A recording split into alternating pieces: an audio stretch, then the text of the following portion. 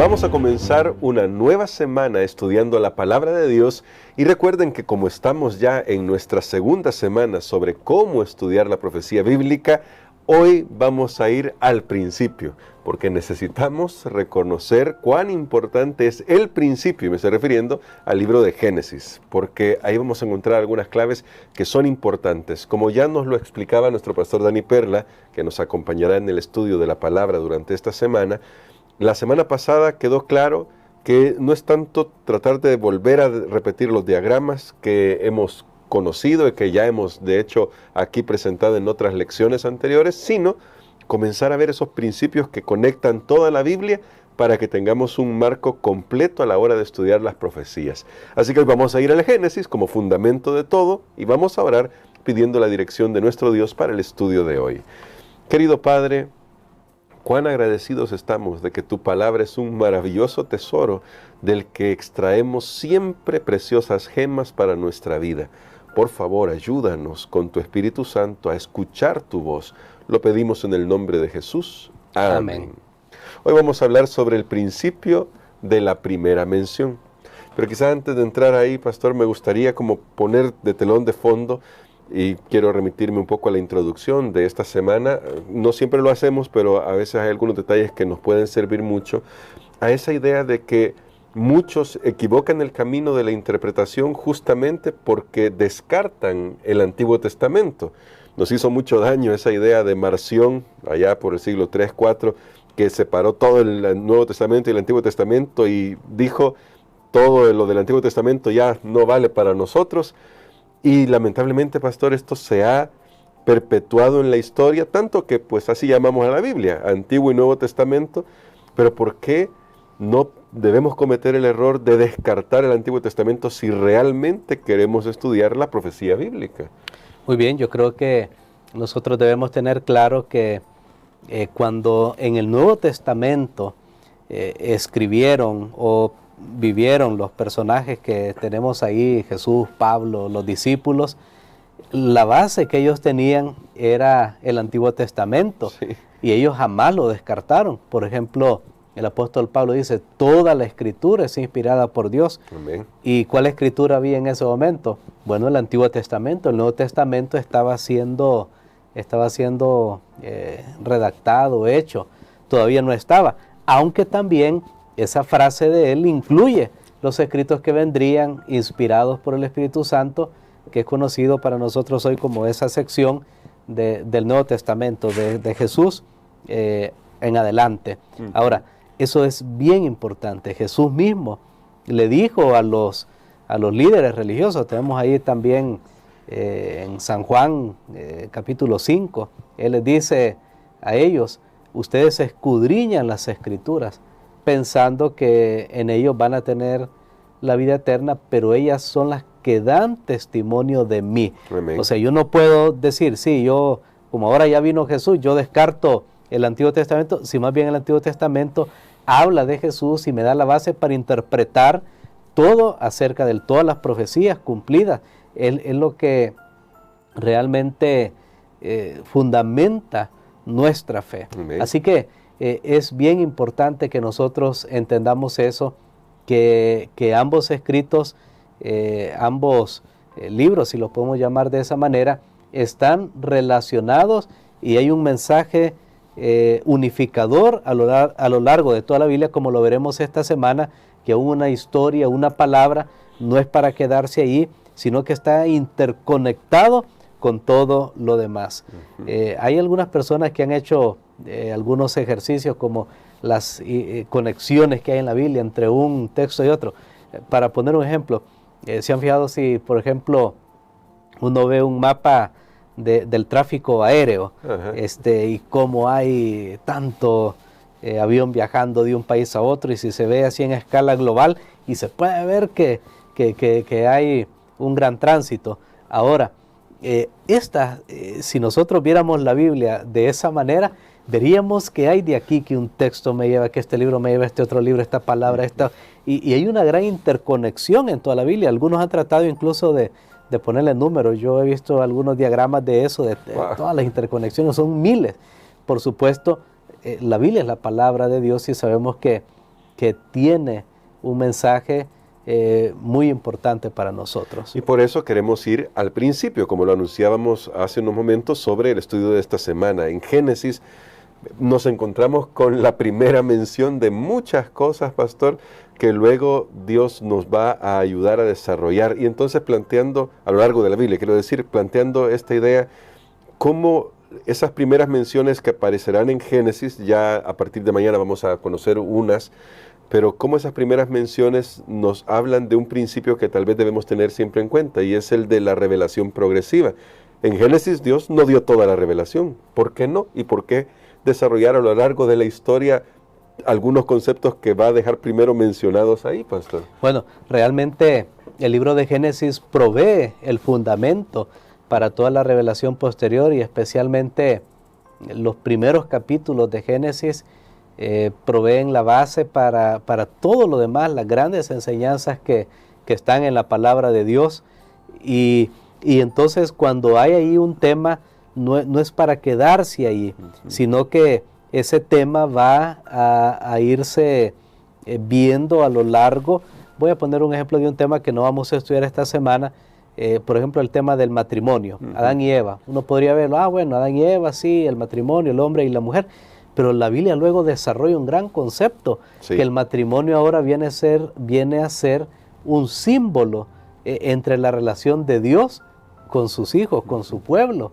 Y entonces hay toda una teología que se va desarrollando a raíz de esa historia, de esos dos primeros esposos, sí, que había aquí en la tierra. Y así nosotros podemos ver que luego estas historias tienen un eco, ya sea positivo o negativo, porque a veces pues lastimosamente por contraste se aprende, claro, que es una enseñanza para ver cuál debe ser la enseñanza correcta. Mire, otro tema que tenemos ahí, por ejemplo en Génesis, la serpiente dijo a la mujer, no moriréis. Esa frase, no va a morir, luego tiene un eco a lo largo de las Escrituras, sí, y a lo largo de la historia del gran engañador, haciéndole creer a las personas que cuando alguien muere, no murió, o sea, murió su cuerpo, es en su parte física, lo que tenía ahí material, pero su parte espiritual, hay un alma que va por ahí. Entonces, noten cómo ese tipo de historias, de eventos, de conceptos, luego a lo largo de la Biblia nosotros vemos que también tienen una contraparte, desarrollan una temática, desarrollan algo más grande. Siempre debemos tener cuidado, hermano Gerson, porque esto va a ser como un tipo de podemos decir, de tipología, que nos muestra una lección que no es incluso a veces la realidad. La realidad es la sombra que nos va a mostrar la realidad, como uno de los temas que vamos a estudiar esta semana. Esté atento para el día de mañana, porque vamos a comenzar a introducir, pero hay que tener siempre la precaución de no comenzar a hallar en todo. Bueno, aquí claro, mencionó esta palabrita, voy a hallar en toda la Biblia.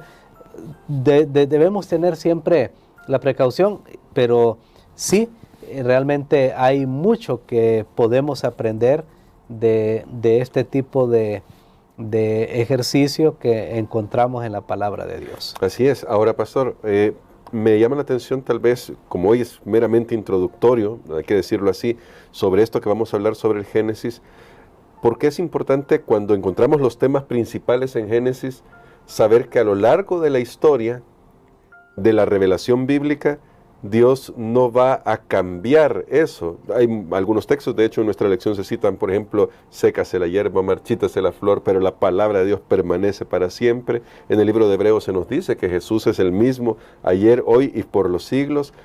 ¿Cómo podemos estar seguros? Lo planteo de esa manera la pregunta. ¿Cómo podemos estar seguros en que podemos confiar en la Biblia, en esos grandes temas, en esos principios que vamos a encontrar en Génesis? Porque Dios no cambia. Bueno, recordemos cuál es el mensaje general de toda la Biblia. Me gusta siempre pensar en esa ilustración que sacó alguien una vez, como un sándwich o una hamburguesa, y es bien bien revelador, que por ejemplo, ¿cuál es el mensaje central o global de la palabra de Dios? Porque hay tanto nombre, hay fechas, hay eventos, etcétera, pero hay un mensaje global general que lo podemos conocer todo, y entonces podemos ver los primeros capítulos de Génesis. Los primeros 2 capítulos hablan de un mundo nuevo, una tierra nueva, recién creada. El tercer capítulo de Génesis habla de la entrada del pecado, la caída. De ahí en adelante, entonces, esos primeros 2 capítulos son como la primera etapa del sándwich.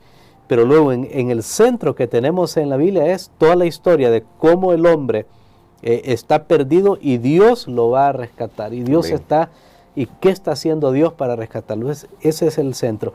Pero Dios nunca renuncia a su plan, porque Él no cambia. Él creó esta tierra para que aquí vivan seres puros y santos. Él creó esta tierra para Él andar en esta tierra, así como Él se paseaba en el Edén. Entonces Dios no cambia, y eso Él lo va a volver a cumplir. Ahora, ¿cómo? Bueno, con todo el plan de redención, Él está atrayendo un grupo de personas hacia Él, y al final de la historia, vemos entonces la otra etapa del sándwich en Apocalipsis. Los últimos 2 capítulos nos hablan de una tierra nueva, un cielo nuevo. Lo mismo que vemos en Génesis 1 y 2. No hay cambio ahí. Dios vuelve a restaurar. Alguien hizo una vez un libro que lo tituló del paraíso perdido al paraíso restaurado. Esa es la idea. Lo que Dios hizo al principio va a volver otra vez, porque ese es el plan que Dios tiene. Y en el tercer capítulo, antes de finalizar la Biblia, que en este caso sería Apocalipsis capítulo 20, se habla de la destrucción del pecado. Así como en el tercer capítulo, al inicio de la Biblia, habla de la entrada del pecado, el tercer capítulo, antes de finalizar la Biblia, o 3 capítulos antes de cerrar, ahí vemos la destrucción, la salida del autor del pecado y de los pecadores. Entonces, cuando uno ve ese tipo de correspondencia, ahí tenemos el sándwich. ¿Qué hay en medio? Es toda la historia de cómo Dios busca, salva al ser humano, y cuál es la respuesta también del ser humano. Entonces Dios no cambia, su plan no ha cambiado. En medio de esas 2 tapas que tenemos de ese sándwich, lo que nosotros podemos ver es que Dios muchas veces tiene que, Dios trabaja con el ser humano, y hay momentos y Él se va adaptando, pongamos esto entre comillas, no cambiando sus principios, pero a veces va permitiendo cosas, va haciendo esto, pero Él siempre tiene un propósito, tiene un ideal, y es al ideal que nosotros tenemos que aspirar. Pero también nos presenta que quien fue el único que cumplió como ser humano ese ideal fue Cristo Jesús, y eso no cambia. Por eso Él es el personaje central de las Escrituras, de la profecía, de la historia, de todo. Él es el hombre ideal. No es usted ni soy yo, no es ninguno de nosotros. Jesús es el hombre ideal a quien todos tenemos que ver, en quien no hay pecado, no hay mancha, no hay contaminación, y se presenta como el modelo al que todos nosotros podemos aspirar. Entonces, cuando uno ve así, es un mensaje global, pero por supuesto, todo está basado en la acción de Dios, que Él quiso crear este mundo. Él tuvo en mente todo esto, y creo que Él va a cumplir su propósito. Ahora, lo que cada uno tiene que procurar es que cumpla su propósito en mí, en mi vida, que yo lo deje, porque si yo lo dejo, Él de seguro lo va a lograr. Y justamente por eso quiero terminar con esta pregunta, pastor. ¿Cómo podemos cuidarnos de esas voces que tratan de debilitar nuestra confianza, incluso de manera sutil, en la palabra de Dios? Porque de repente hay quienes son frontales al atacar la Biblia, sí, pero hay quienes lo hacen de manera mucho más solapada, decimos, y estas son más difíciles de discernir y pueden terminar alejándonos de la palabra de Dios. ¿Cómo nos cuidamos de eso? Bueno, yo creo que debemos tomar la palabra de Dios así como es, así como lo dice. Cuando digo así como es, porque es cierto, aunque uno puede beneficiarse mucho del estudio, pero hay un mensaje que es bien claro, que a veces algunas personas el relativismo es muy peligroso. El relativismo, bueno, no, pero es que aquí podemos y se pueden usar elementos históricos, elementos argumentativos, filosóficos, para decir, sí, pero es que aquí es la lección. Voy a poner un ejemplo de relativismo. Que alguien dice, bueno, el cuarto mandamiento dice, acuérdate del sábado para santificarlo, porque literalmente no dice día de reposo, dice sábado, usa la palabra sábado, acuérdate del sábado para santificarlo. Y entonces alguien dice, bueno, sábado significa reposo, o sea, lo que Dios está diciendo en el mandamiento es que tenemos que reposar. Ahora, ¿por qué tiene que ser en el séptimo día? No, yo voy a reposar en otro día. Eso es querer relativizar el contenido de la palabra de Dios, pero Dios no está diciendo descansa en cualquier día o un día. El libro de Génesis, que provee el fundamento, por ejemplo, me dice que Dios reposó, santificó y que Dios bendijo el séptimo día. Hay un énfasis específico. Entonces, creo que debemos tener cuidado con esas voces que quieren relativizar lo que dice la palabra de Dios y sacar, bueno, aquí vamos a extraer de la Biblia una lección ética, algo. Hay puntos en la Biblia, tal vez algunas personas, por eso es que les cuesta o nos cuesta aceptar el mensaje de la palabra de Dios, porque muchos no quieren aceptar que hay una verdad absoluta. Hay una verdad que es absoluta y muchos quieren ir relativizando. Entonces creo que tenemos que regresar y nuevamente tomar la Biblia así como estudiarla con oración. Ya lo vimos en la primera semana, ¿verdad? Sí. Hay principios que nos van a guiar para estudiar la palabra de Dios y que siempre nos van a conducir a ser mejores personas, a amar a Dios y a nuestro prójimo, que al final es el cumplimiento de toda la ley. Amén. Entonces queremos que ore por nosotros por eso, porque aquí estamos para seguir aprendiendo de la palabra de Dios y le invitamos a usted, cuando lee el Génesis, que vea esas conexiones que luego va a descubrir en toda la Biblia, que ya comience a ver esos primeros elementos. Así que, pastor, con su oración, ayúdenos para que nuestro corazón se abra a la palabra del Señor. Amén. Padre, gracias te damos, Señor, por esta lección que estamos inaugurando esta semana de cómo interpretar esas historias que hay en tu palabra, esas menciones que luego van a tener conexiones a lo largo del texto bíblico para mostrarnos verdades importantes, especialmente acerca de nuestra salvación. En el nombre de Jesús. Amén.